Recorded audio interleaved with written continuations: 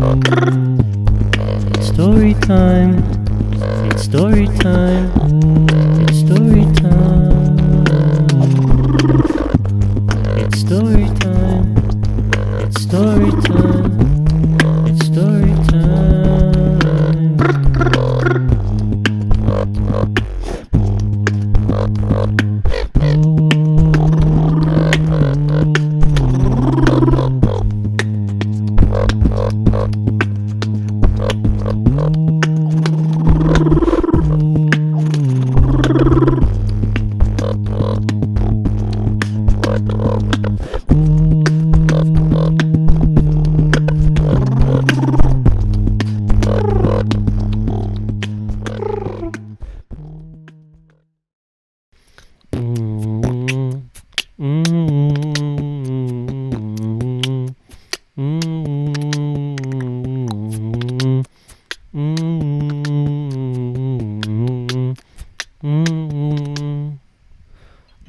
We are back for episode 6. Pretty sure I should know this. I'm the one doing it, but as I may have mentioned before, this is my first time doing something like this. Well, technically it's my 6th, but I'm still learning. But I also, as I'm learning, I'm questioning whether I should change things or if I should roll with it. This whole candid, not really keeping track, just unraveling, no matter how crazy I sound or how foolish or just no filter. But yeah, I'm pretty sure it's episode 6. We are officially in the iconography era. And we came from a world, a motif world within the bud, the nuggetry, the iconographic elements of nuggetry as the starlight of the gravity of my concepts to carry over from my t-shirts. I came from the world of t-shirts, which didn't really have a cultural place to talk about or to grow from or erupt from or shine out from, whatever word you want to use. It kind of was as neutral of a reference as possible because I wanted to refer to the periodic nature of visuals and how things can be cross-examined and overlapped and can be this and that simultaneously. Kind of this Schrodinger cat of visual life. Even while looking at it, Schrodinger cat kind of implies because it's unseen, it could be anything within the box, but it's all kind of in the box unless you perceive it and you are aware of it, and then that awareness makes it that. But also you can blink and it can be something else entirely, or you can flash in your mind and see another thing within that thing you just saw, but then it can be neither of those things, but everything but those things and everything simultaneously. So coming out of that, I found a object that to me was still somewhat neutral, but was worth expanding on, and that was the plant matter, the psychoactive plant matter that was in a lot of people's lives that surrounded me, that was in my family of friends. Whether we talked about it or not, it was in the conversation or inspired the conversation or helped us get through a day in order to have conversation. And it was kind of this glue that kept our sanity in check and our environment in check, like our social environment in check, and was also just a ritual that gave us something to do that wasn't something far, far worse. So it was a great place to start, and we came from a piece in episode 5 where, and I could be wrong, it could be episode 6, but I'm pretty sure in episode 5 became from a work that gave a place for these people near me to live. But I don't want people to see the people in the image and think, oh, that's his friend, or that's his friend, and that's his friend. They are drawn in a way that they can be perceived as any sort of friend near you, or more like archetypes that I tapped into through observing a certain friend and where they stood to me in this world of perception and conception. Kind of the same thing, depending on the light and the angle. Sorry, that's a t-shirt reference, but so coming from that piece where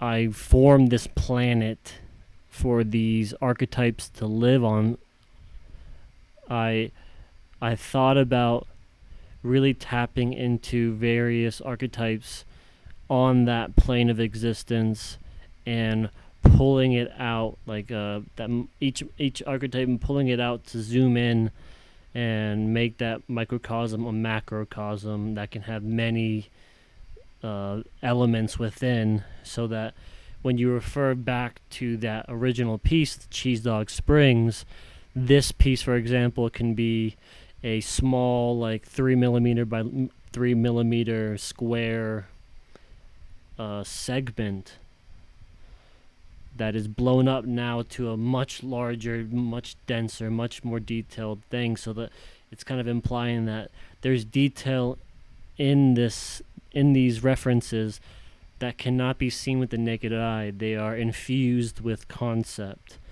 So I'm kind of trying to tap into a density or a nature of detail that goes far beyond the naked eye. It's something that you can only perceive in the mind, in the state of imagination. And I'm trying to do some of the work for my viewers by being like, okay, yeah, there's this, but let's pull that out and expand on that and elaborate, so that next time you see that or you think about this archetype, you can imagine all these things. But I was thinking earlier today about what I said in another episode and how it may be coming across, and maybe a disclaimer I should put so that people don't take what I say about any one piece as the almighty truth of what I am putting out. I'm really just kind of stream of consciousness, laying out the surface level of what inspired me to put the pencil on paper. It isn't what should be seen or what could be seen. It's just one small angle of one ray of light pointing at the source, but that ray of light, like a circle circumference, has multiple infinite angles that it can be shown from, like that surrounds a sphere, the infinite circumference of a sphere on all levels. And I'm trying to illustrate like what I say about this piece, for example, that we're looking at on my screen. What I say about this is one inconspicuous beam of light that is shining from this sphere. Imagine a star or our sun, and one little microscopic beam of light is what I am saying. But there is some truth to that light, and that light can shine differently on every microscopic surface level of the source of light from this star. And just as I'm saying, let's say this is the star, just as I'm saying there's a beam of light that is my perspective, there can be another beam of light on the opposite end that has a completely opposite or dualistic viewpoint of what I'm saying, but they're equivalent. Like they're both true. I'm really just trying to, with this series, excavate a viewpoint that can shed light on all these other viewpoints that one of you could have about what you see here. And just because I never said it, or I'm not saying it, or I never ever say it, doesn't mean that what you're thinking about what you see, and also in tandem with what I'm saying, isn't just as true, if not more true, than what I'm saying. I'm really just adding another layer of light to this work, so that I can understand more about my angle of where I am in my series currently as we speak. All these pieces that I'm sharing now are closer to 10 years old. So they are at an immature level, or a root level of my art series, or my body of work. Imagine a tree is my art, and I'm growing, and I'm finally branching out, and I feel like lately I've had my first fruit, but those fruit could not grow without a tree that has its roots.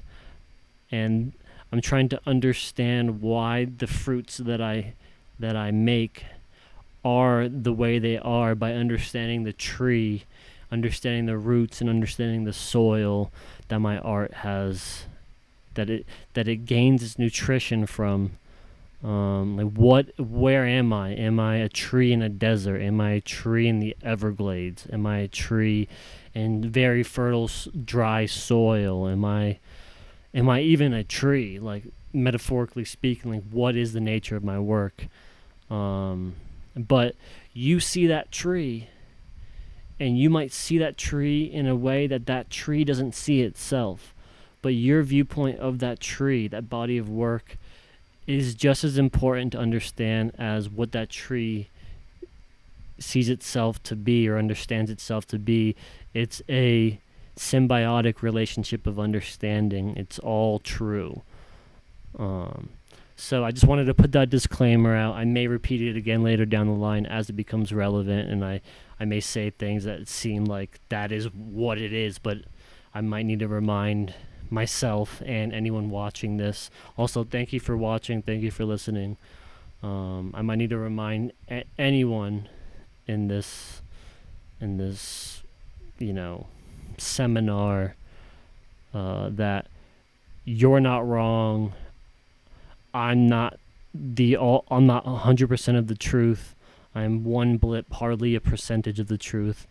We're just here to observe, to excavate, to illuminate more of what was here and might be lost in the work that I'm doing now, because I feel like I'm so far from my roots, and I want to become kind of one, at least on a personal level, become one with the source. So I'm emitting a healthy, or I'm budding a healthy flower or fruit or whatever nature that grows from me at the very end. So I'm not growing a poisonous apple of ignorance. I'm aware of this whole body of work. A lot of artists or people can be stuck in this moment in time, which is what a lot of people promote, like to be in the present, but without understanding how you got there, you can kind of lose sight of not who you were, but why you are who you are, so that you can be that 137%, and continue with a complete awareness. I feel like there is a poison to ignoring your past 100%. There might be therapeutic reasons to let go for a time and to allow something to heal and to be processed, but it shouldn't ever be something that is lost, in my opinion. Again, what I say is not the truth. It's what I believe, and it's part of my muse and my inspiration and my themes to what I do in my work in the past, whether I knew it at the time, to the present, and hopefully what I bring to the future. But okay. What an entrance. I want to answer one question and lay down an art pun. The randomly generated question that I got just now was it says, what do I think it means to live a good life? Which is, it's relevant. It's something that I'm facing right now as a person, not even an artist. It's something I have a conversation with my parents anytime we talk. This is kind of like a underlying theme in our conversation. My family always wonders whether I am living a healthy life or a fulfilling life or a life that can continue on. I wonder if that's what it means to live a good life, living a life that's sustainable, or if sustainability is even important, because life isn't necessarily sustainable since it is rooted in chaos, and things are bound to die or dwindle, or even explode. Things reach their point. What does it mean to deny yourself that chaos, to find some level of sustenance, to define your life as good? But they always make me think that there's a better life for me, where I could be making more money, I could have all the insurance I need, I could be comfortable. And the irony in that is what I would need to do would make me so much more uncomfortable to accomplish that end result than the life I might live in order to establish discomfort in my spirituality, in my creativity. So it's hard to answer that question, because yes, I admit it would be nice to eat more. It would be nice to know that I can get a new car when my car officially dies, and that if I wanted to move, I could put a down payment, and that if I lose a tooth, I have the right insurance that can replace that tooth or save that tooth or whatever. And yes, that is nice. That would be a good life to establish that. But also, having a good life means being able to pursue your deepest, most meaningful passions, and shining your light. And if you filter that light in all of these earthly requirements, you kind of dull it for the sake of not shining as bright as you could, because shining that bright might be detrimental to your health or your lifespan, and this could be taken metaphorically or literally. I feel like I've lived a good life up until this point, that I've done and am doing the things that I am meant to do.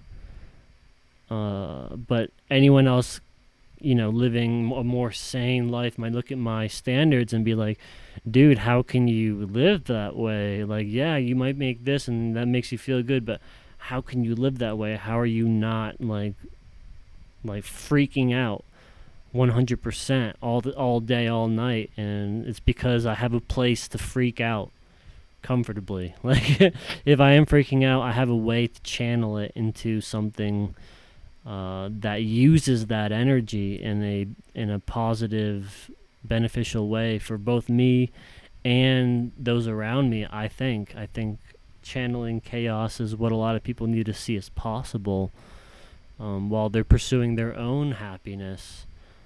But I mean, let me tell you, like, yes, I feel like I'm living a good life, but also, every other day, every blue moon, I'll find a moment alone and I'm pulling my hair like, dude, like, what have I gotten myself into?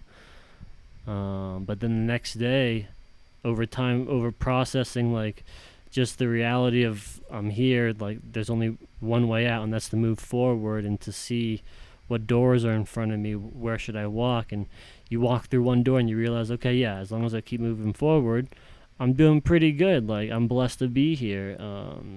Like, it's all a good life, really, if you realize the cliche that Like, dude, life is so rare. This is such a gift.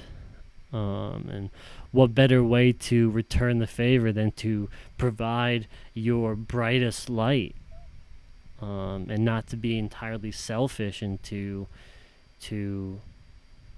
bring something good, whether it means, eating one meal less a day, or I mean, dude, just drink water, sleep at least 8 hours a day if you can manage it. Have a companion, whether that's your pet or your lover, or practice, or your religion, or whatever, and like, and breathe. You should be living a relatively good life, and that's, I guess, what it means to me in a massive nutshell.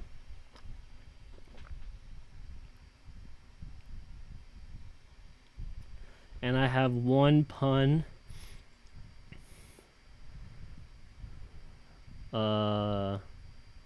Okay. What is Salvador Dali's favorite thing to eat for breakfast? A bowl of surreal. Like surreal art? Like dreamy art? Alright. I just wanted to kind of put an intermission with these puns between getting stupid with a question and entering this conceptual realm of interpreting this work. Speaking of good life and surreal art, this is quite a piece that we're looking at. I put this one up first because it's a self-portrait, and I kind of needed to do my introduction before going in this, but this wasn't the first piece that I did. This piece came first. It was a piece I named Mary, which is funny thinking about it now.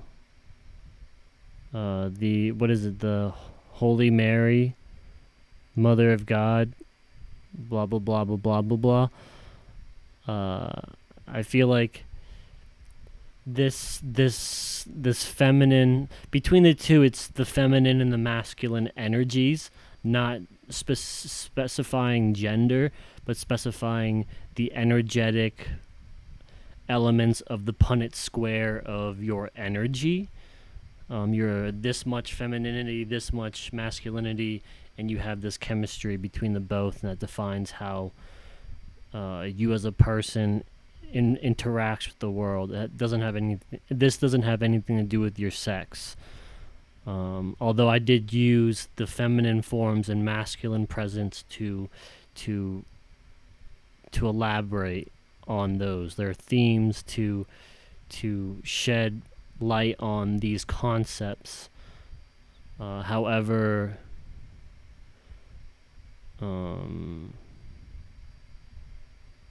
straightforward they might appear, there's definitely a more metaphorical approach to using these symbols.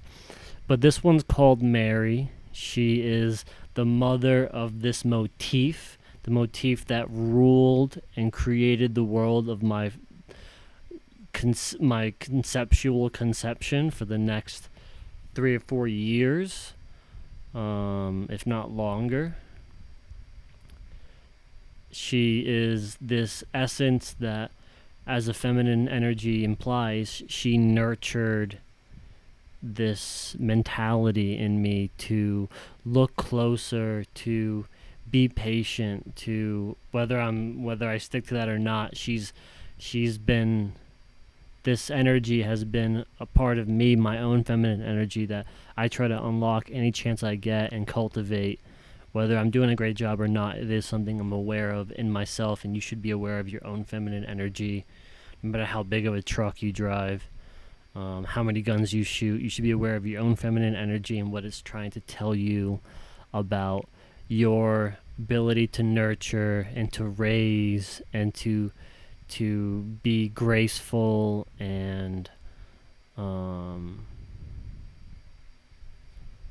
to be able to take care of yourself and, for lack of a better word, to manicure your rough edges. And that's, I guess, taking care of yourself, more specific. And to play with that idea, all those ideas of what femininity means, and fill in the blanks, your own definition of what feminine energy means to you. But I filled her bed, what this feminine energy lays on, with all of these strains. Each like block that you see kind of contoured is a different strain of nug, and each strain holds a profile that defines what effect it will have on you. All periodic elements aside, we'll talk about that later, but each strain symbolizes a facet of yourself to unlock if you ignite and or take care of or culture or cultivate. She's resting on all these sides of yourself. Meowgie, come here, come here, come here, little baby brave you.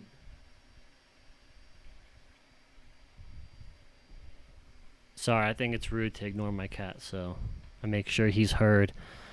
He is one of my facets. My most, like, you have a diamond that's cut, and you have all these smaller sides and longer sides, and he is like that big top side of myself, that big top smooth plane of a nicely cut diamond. That is Miyagi-san. But all right, I'm tangent. He is my tangent. He's the guy I procrastinate with. He is my companion. He has got me through so much shit. So much of the feminine energy I've butted heads with. He has been my boy, helping me take care of myself through learning what it means to take care of him and be aware of him. But yeah, each one of these strains is a different. You could think of personality that you cultivate, or a mission or goal, or a priority. They just represent all these different sides of yourself that you can unlock, that you can ignite. And this feminine energy is looking at you and is saying, okay, what will it take for you to take care of yourself, to nurture others? What do you need to unlock or ignite, for the sake of this motif of the nug, to unlock your femininity, your more feminine traits, your nurturing traits. Like she has the doobie in her hand, she's lighting one herself, and she's exhaling this idea of self-love, and she's saying, like, what will it take? What part of you that's within you, that is your garden, your mind garden, what do you need to ignite to make yourself who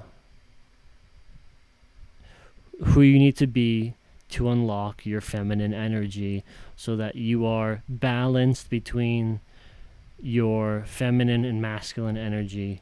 It's nice to find a nice happy medium between your feminine and masculine energy, but a lot of people are kind of like lopsided. Their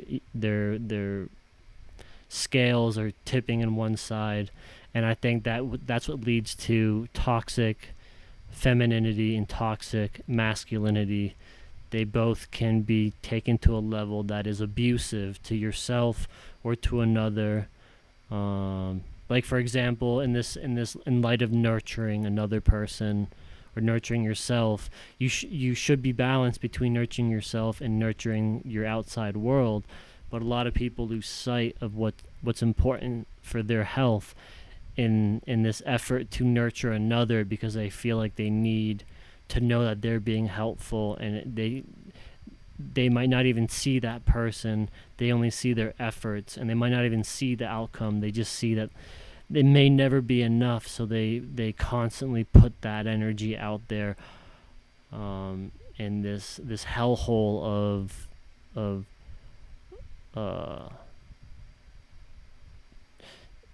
what's the word? Like they're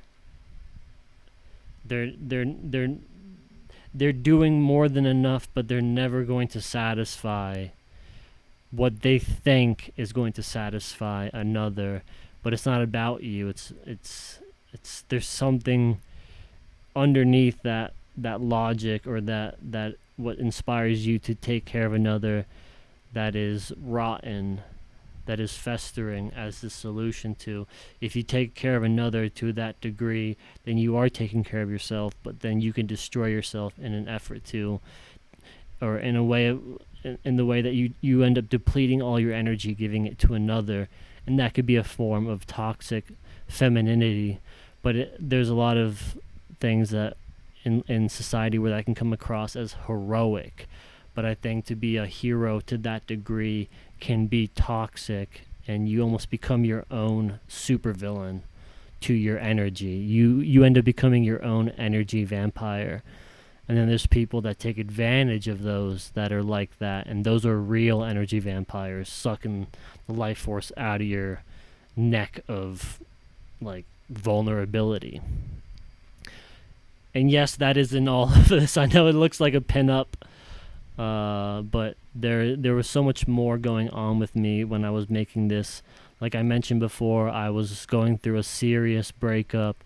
I was trying to find what was wrong with me, whether there was anything wrong with me. There was a lot of conversation that I had with this person that I respected, and she, who shall not be named, no, that doesn't make her Voldemort, but out of respect, she is someone that I really did respect, and I took her words with faith, and I felt like there was something wrong, or something needed to be understood more, that I was immature, and I had to break myself apart as a Gemini, and the two sides. I had to see who is this feminine entity and who is this masculine entity, and how can I find a balance so I'm not too much of one and too little of another. How can they be companions within myself, so that if I do come across another partner like this, I don't ruin it, or I don't allow it to be to fall apart, at least at the extent that it did, or at the rate that it did.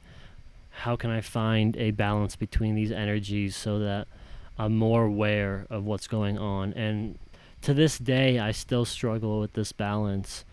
And it may take finding a companion that illuminates it in me and makes it obvious. But, until then, I am one person on a seesaw trying to stand in the middle and kind of find that perfect balance. But like the blowing of the O's in that last piece, there's wind, there's all these other elements, there's rain and it splashes you, or there's distractions that make you lose sight of that balance between your energies, and you forget that you should be balancing it, and you kind of lean to one side because it feels more comfortable.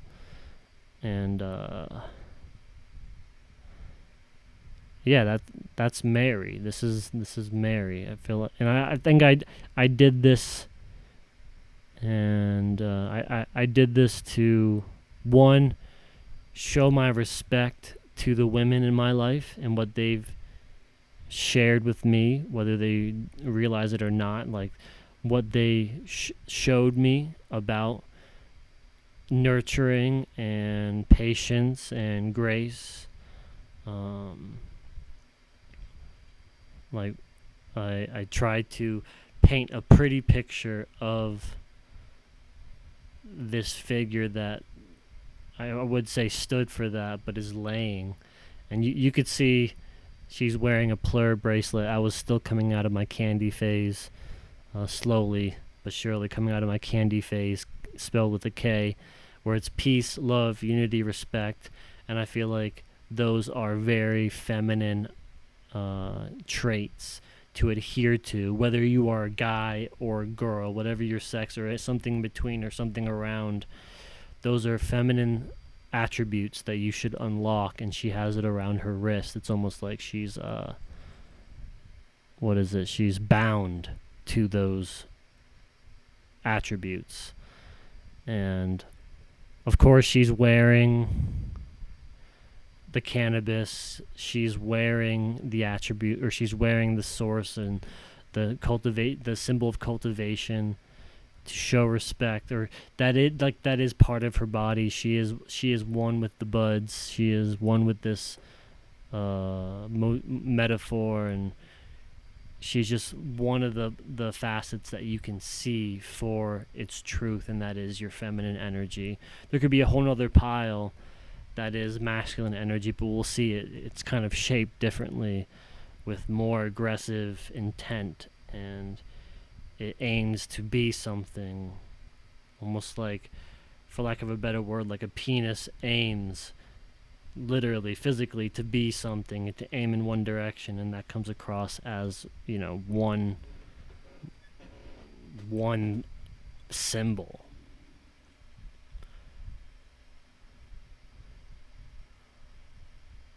Man. So you saw in that last piece, I felt more comfortable blowing the picture of the bud up so that I can get all the details, versus how I approached the buds before, where I felt like I couldn't get all the detail because it was too tight. I was too intimidated by these structures to draw it, life size or accurate to life. And I was like, all right, let's blow it up. That'll make it easier. Made it surprisingly much harder, but also easier. Harder because of how much space I had to cover, but easier because I was more confident that I could cover that space. And this was the next time I drew those nugs, but it was drawn, I think, from left to right, the edges of that contour from nug to nug. It's roughly 7 inches long. So they're pretty accurate to actual size nugs, and it was, you can almost see I started from the left and worked my way to the right, and there's kind of a timidness to these lines, and as I worked my way across, you can see more tight textures, more awareness, just a little bit more crispness to the detail. And I like I mentioned before, I don't go back and work on anything. I leave it as I left it, and I move forward and scan across. And I kind of like that acceptance and that grace and patience with myself and understanding very feminine attributes. And it's important to witness these traits within my own ritual and process. So I like looking back at this and seeing how it affected my process, my respect for these attributes of myself, these energies. But like everything else, there's always a underlying theme of pareidolia. I like showing textures and rendering textures that lean themselves to ambiguity. They are accurate to the reference. I don't make up any lines. I don't make up any depth or darkness or lightness or anything like that. I draw from life directly, and I choose subjects that lean themselves to ambiguity when put into this context of black and white, and to be decontextualized from a surrounding thing when it's surrounded by the void. It's almost like looking at the universe while also looking at the the empty, or who knows what it is, but the supposedly void space that surrounds our universe. If you were to see it, like this entire space is our universe, and then this void is what surrounds the universe that our galaxy resides in. And you look at, little clusters of that universe, you get just as lost. It becomes just as ambiguous. It becomes so much. You become so much less sure about what it is we're really looking at, or sure of many different things while looking at any one thing. One of these days, I want to draw like or paint a nebula, like one of those nebula gases where stars are formed, because those are classic. Most of these pictures are black and white, but they render them with color, because we don't really know the color of these elements in space. We kind of assume them based on knowledge, or we make up colors to make it appear more obvious what is where, what's behind what is closest in the picture. But when with my own disability, which I may go into later, it's all kind of the same anyways. So I see what I see in this, like what I see in this element is, I see stars forming, like I see worlds forming. It could be so many different things, like even to the degree of, like here, this could be like a silhouette of a dragon with its head. I don't know if you can see where my mouse is, but its head, its feet, its tail, its wing. Like to that degree, to that scale, it could be seen as these shadow-like forms. And even still, I could still see that dragon flying there.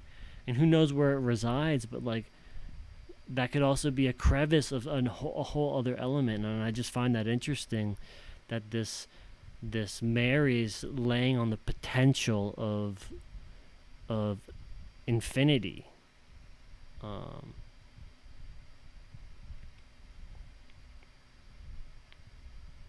Like you can be anyone and anything, but no matter what you see, you should establish comfort with yourself, as she has, and balance with yourselves.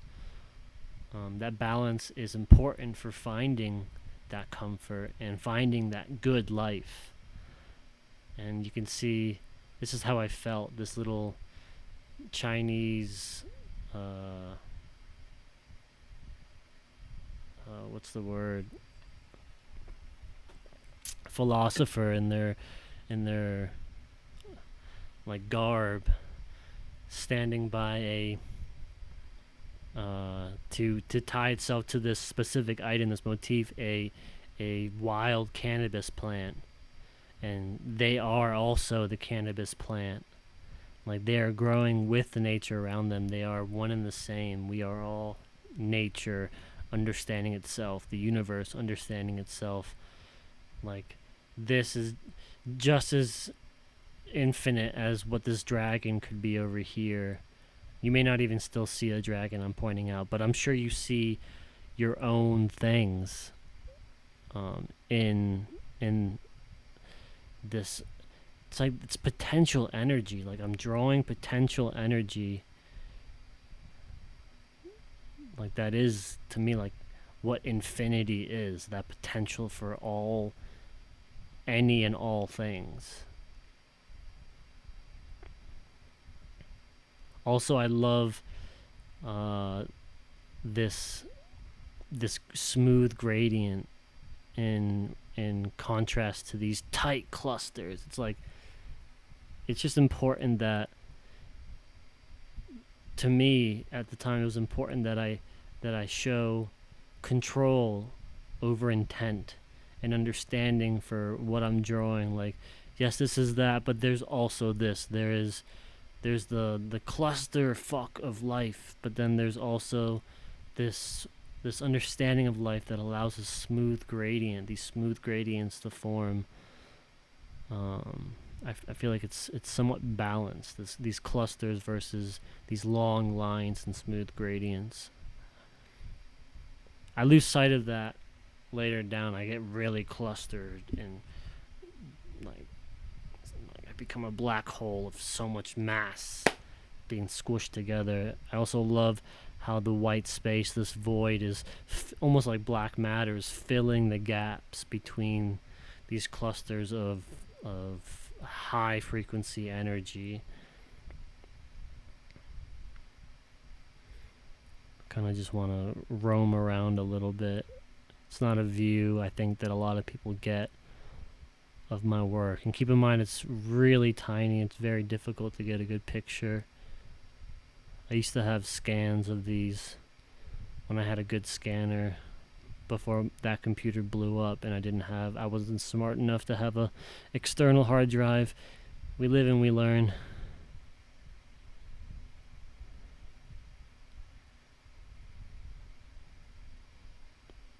I love her hair. It's like that infinity is sprouting from her mind. And I have a close attachment to a journey with your own hair and your identity and attributes that come directly from you, not necessarily what you wear, like what I'm wearing right now. Although this is kind of an extension of my hair.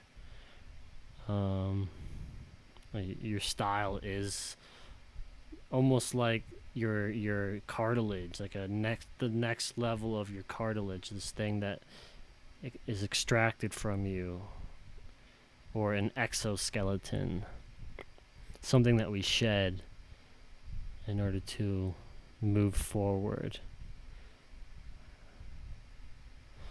All right. Moving on. Feminine energy to me always gets more attention. But okay, moving on to the more masculine side. This was a piece I did after that, and I have the feminine energy kind of erupting from this scepter, this glass scepter of extraction and igniting, and the masculine side usually, at least a toxic masculinity, usually wants to harness that femininity to make a function, to find function in it, but I don't know if that's a good thing. Depending on what you do with that, can work in harmony and symbiosis with that, or it can be abusive and be a toxic relationship with your femininity. But this scepter is neutral, and how you use it can define your masculinity and your balance with your sides. And they both have the doobie. They're both igniting these parts of themselves.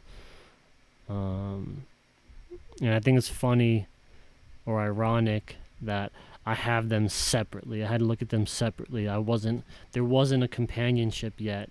I had to separate them, talk to them privately, and get to know them before I could ever find a relationship between the two. Because if they were just in the same space, they would just be arguing, and that's probably part of the reason I, prior to this day, am not a great companion, because I might not be arguing with you, but I'm arguing with myself nonstop, and it might come across as aggressive or misunderstanding. But it's like I'm still trying to figure out what side I'm on, if there are sides. And if you step into that chaotic room, it's like you almost become just as confused.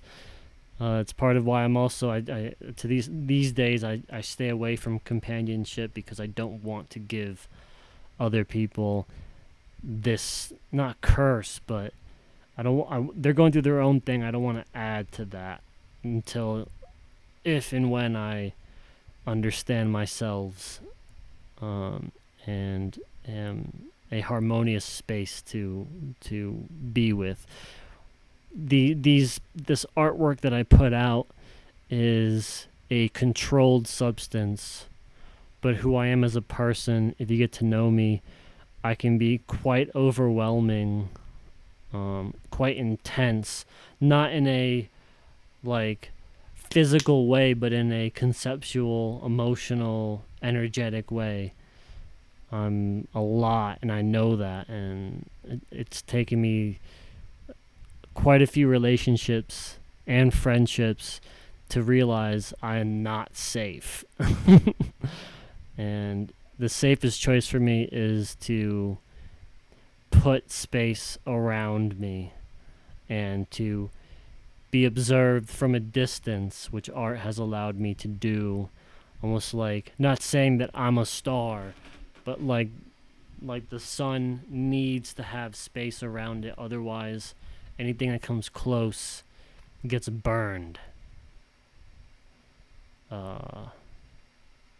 But to be a black hole would be that, and you're pulling everyone in, and you're like, ha ha ha, yeah, I'm going to destroy you in the process. You all come closer, come closer. I'm like, no, no, no.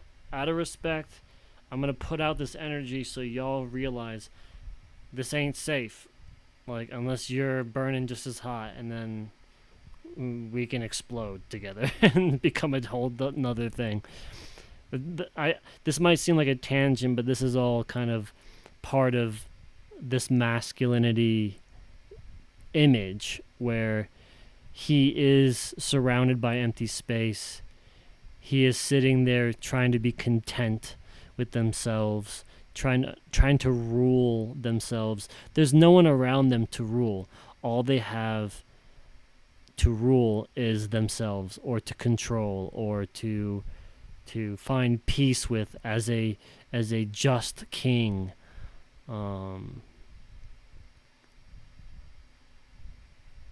Also, this masculine side is very ritual based. It's in an effort to find control.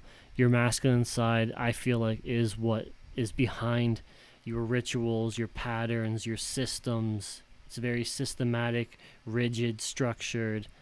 And this piece is actually called The Game of Cones, because my relationship with rolling this plant and giving it a place to function, giving it a seamless,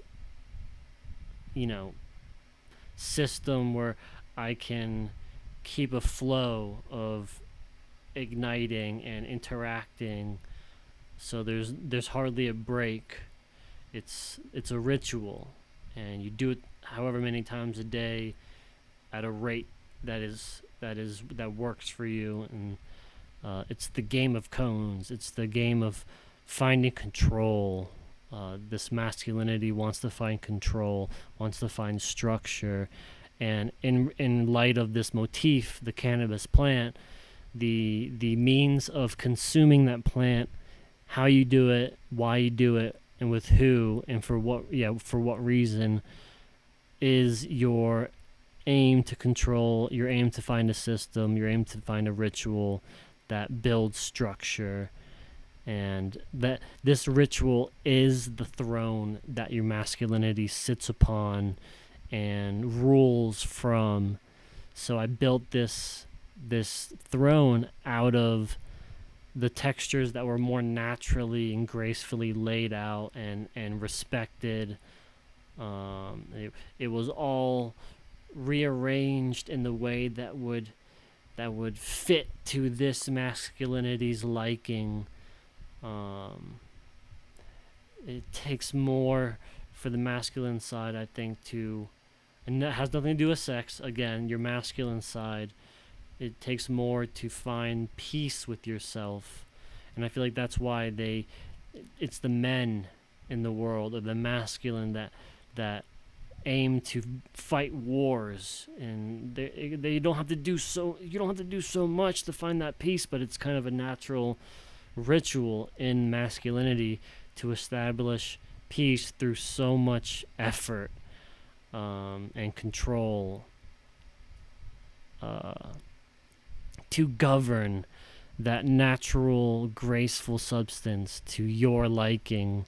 Otherwise, you're not sitting comfortably, and in that structure, there's always the possibility that you could be sipping peaceful femininity, but he seems unaware of what's right in front of him, this potential, and it's all behind him. All of the potential energy, that infinity is all behind him, and this masculinity just stares into the void and imagines what it could put there, what the he could put there, with all of this grace behind them. I feel like that there's relevance in the placement, but also there's hope in this throne. There's, at any moment they could stand up and look back at their throne and show or be grateful, and through that show grace and reflect on it. I'm almost trying to do that myself.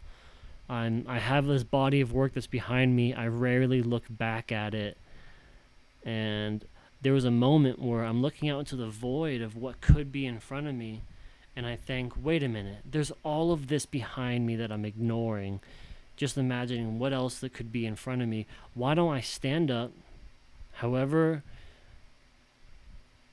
lazy I feel, let's just stand up. I know my legs might be numb from sitting down for so long. I'm going to stand up, turn around, and look and show my respect for what I have built, so that I can understand what I rest upon, and maybe even reform it into something more appropriate for this effort to find balance in myself. But like I said before, these pieces are very old. They're 10 years old. So this was a very immature, all skills or crafting aside, mentally this was a very immature place in my life where I was so far from even recognizing whether I drew it or not, recognizing what chair I really sat on.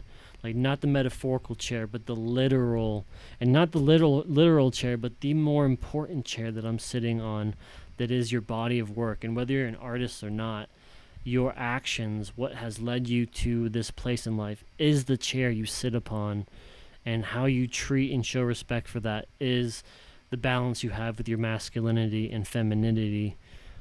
And it's just really, it's just healthy to get up and move around, mentally and physically, and they're symbiotic. They work with each other, and that's what I know, and that's what I'm doing now. And it's funny that it's taking me, looking at me sitting in this chair 10 years ago, to realize why I'm even here, is to get up and look at the chair that I'm really sitting on. And it's much bigger than this chair, even though this picture's really small. I think it's maybe 5 or 6 inches tall from the bottom to the top. But this is kind of where I am more. I feel like this is where I was when I realized I should get up and look. I felt so small and compared to my work. I felt like my work, I couldn't see all of it. I was only seeing this little plane, and I needed to get up and kind of stand somewhere over here to get a good view of the masculinity that sits upon this chair.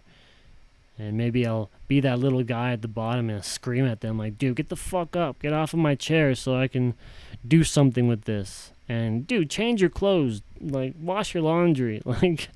As cool as you think that shirt and pants are, wash your laundry, fold it up, put it in your drawer, and put something else on.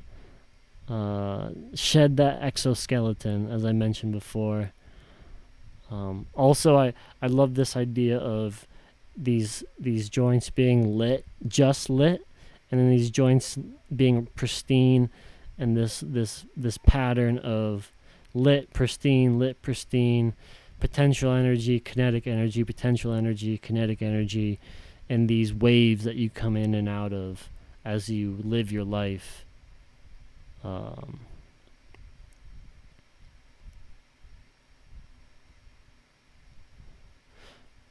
But all things aside, all the concepts aside, these structures are so fascinating to me. Like, I don't want to ever draw Nug again, but I'm so glad that I did. I feel like I got it out of my system, and I learned how to draw anything that I wanted through learning how to draw Nug, because Nug felt like the most complicated structure to draw accurately, and it really helped me build a method for referencing things that are almost impossible to keep track of or remember or where, and looking back at the reference and being like, okay, that's there, this is there, that should be there, that's like 1 inch lower and a centimeter to the right, and then look back up directly over and compare. And it was so important for understanding like how I could visually render these subjects, so that as I went on and on, I could incorporate more complicated symbols for this dialogue, because I knew this was only the beginning of referencing these motifs of this plant. Like, I was only understanding 2 facets of myself, but 2 facets that would split apart into so many branches and continue to split apart into so many branches, and everything that I extracted could be extracted. It's like understanding the atom, and then you get to the protons, neutrons, and electrons, and then you get down to the quarks, and then you want to get down to the God particle, and it's like, and then it eventually all looks like a freaking universe, and then you're like, oh man, I'm back at the beginning. I guess I'll do this again and again and again until I understand what connects them all. I love this trophy at the top, like this cherry on top. I hope to be there where I earn that trophy, and it might be my masculine side chasing that dream and winning something, but I may never win, and probably accepting that is what's going to be the closest thing to achieving victory and this balance. And victory probably won't even feel victorious, because it won't matter. And chasing that victory might be the toxic masculinity, an aim. What like that smile might not be themselves, but this potential for victory, this thing in front of them in the void that may never exist. And they're smiling because it's potential. They might have it, and they're imagining this fantasy of coming out of it victorious. But if they just step up, look behind them, and see what life is to have, they might realize that there's been a trophy above their head the whole time that's not even worth picking up, but it's just worth admiring and being grateful for its existence, the possibilities, and the infinite nature of how it can be perceived. And it's funny, this relationship between like the two. Like, this is a nice, harmonious, natural, unfiltered, graceful, and understanding, coming from an understanding place, Nug. And in this trophy is the only untouched Nug. It's like placed in this bowl to be kept pristine and untouched. And like, that's what you can earn, is grace with whatever is important to you, whatever is valuable to you. This subject of the Nug for the iconography is only a primal metaphor and motif for what could be understood about so many other facets of your life. I could have done a whole series on freaking, I don't know, apples and slicing them and having them rot. Like, this was just the apple that I chose. because there was a whole culture around it, but the culture is also a metaphor. Also, there's this cape that is draped over that's composed of all these crumpled,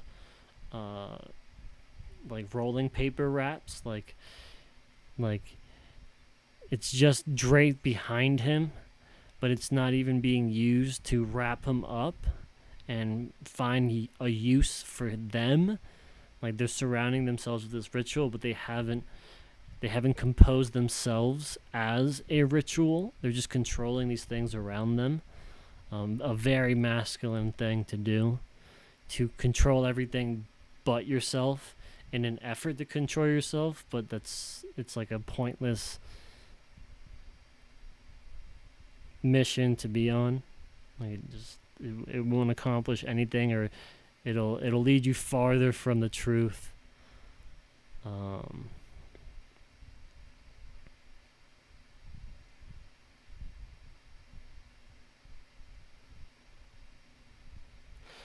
But also, I feel like it's important to say, along the lines of what I'm saying might be taken as how you should see this, but who's to say it's the truth? Also, no matter what you see on the surface, it's all an illusion. Everything laid in front of you here is an illusion. And everything that I've talked about is the reason things are arranged where they are on a physical level. But what we're seeing might not be the truth for any one of us if we're inventing these stories or these connections, because there's a level of this that is more infinite. Like it's closer to, and this concept leads to things that I do later on. Like the reason I start my works that I do now the way I do is I could find this whole scene potentially as a sketch within like one segment of this ambiguous cloud of forms, and then this is just one other cluster blown out of proportion, but is just as ambiguous and can be seen on so many levels. Like none of it is what it is. It's all reference, but it becomes kind of like that bear face in the It All Depends piece at the very beginning of this episode series. Like it's all t-shirts, but it kind of culminates into this bear looking face, or this spiral, but it's all t-shirts, and like this is all like joints and nug textures and almost like butterfly symmetry and like structured like support beams of joints and blunts and a pipe and crumpled paper, but it could be a whole new thing that we're not seeing, just like the bear face, or the waterfall, or the face built out of t-shirts. There's something in this that can only be seen through a completely decontextualized or what is the word? What like ketamine does to you.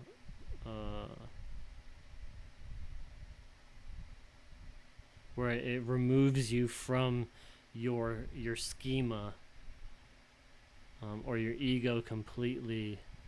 A disassociation.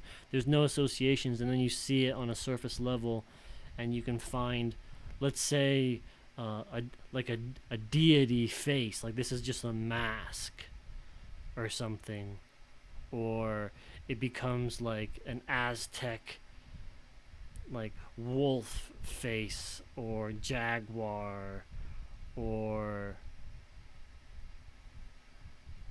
like I'm trying to look past it now and ignore that it is any of the things that I'm seeing, and allowing something to shine through,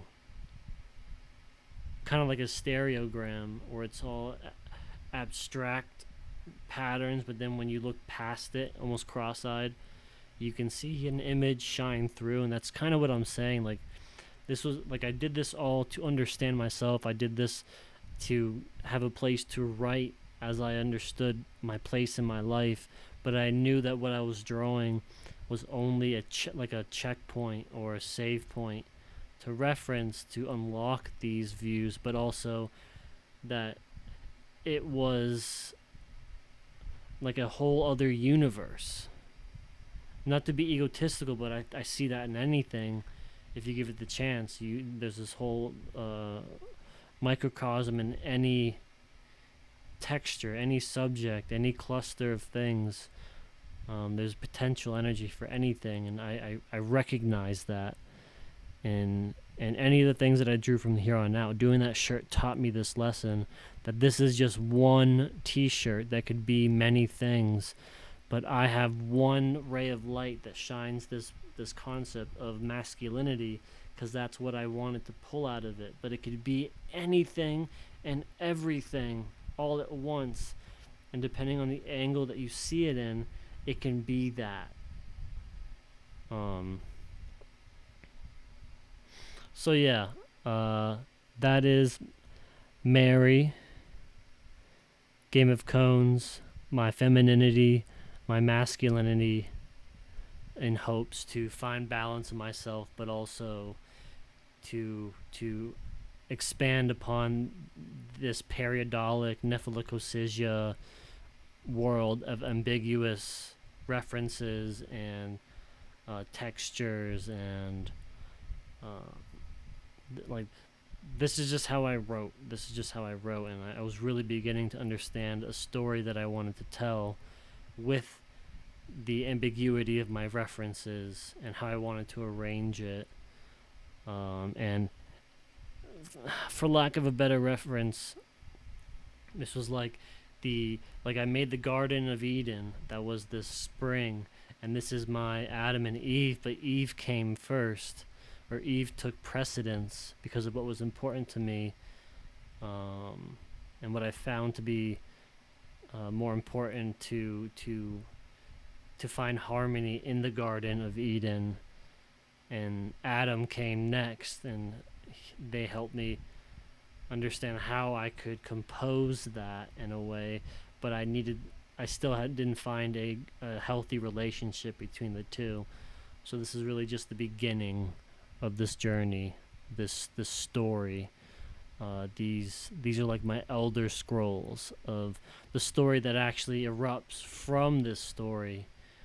But I feel like we got to a good point to stop, and we'll begin to find a relationship between the two in my next piece, and hopefully harmonize and continue down this road. It gets pretty crazy, so stay tuned if you're down for this sort of thing, this sort of journey. Also, if you got to this point, thanks for being here. Thanks for having the grace and the patience with me to hear me out and to want to understand alongside. If there's ever any questions that you have about any of the episodes, feel free to throw in the comments and be like, hey, I want to ask you this, and that could be the question that I start these episodes with. I just randomly generate these questions because there really isn't anyone asking me anything, really ever. So be the first to ask a question. I would love to elaborate on it. It could be related to this art. It could be related to something you're doing, something you're curious about, my opinion on. Not that it's important, but just putting that out there. But like all other episodes, I'm ending this episode with a Peibi Playhouse tangent episode where we will continue to explore these little figures. They're much bigger than they really are. I should stop calling them little just because they're 3 inches tall.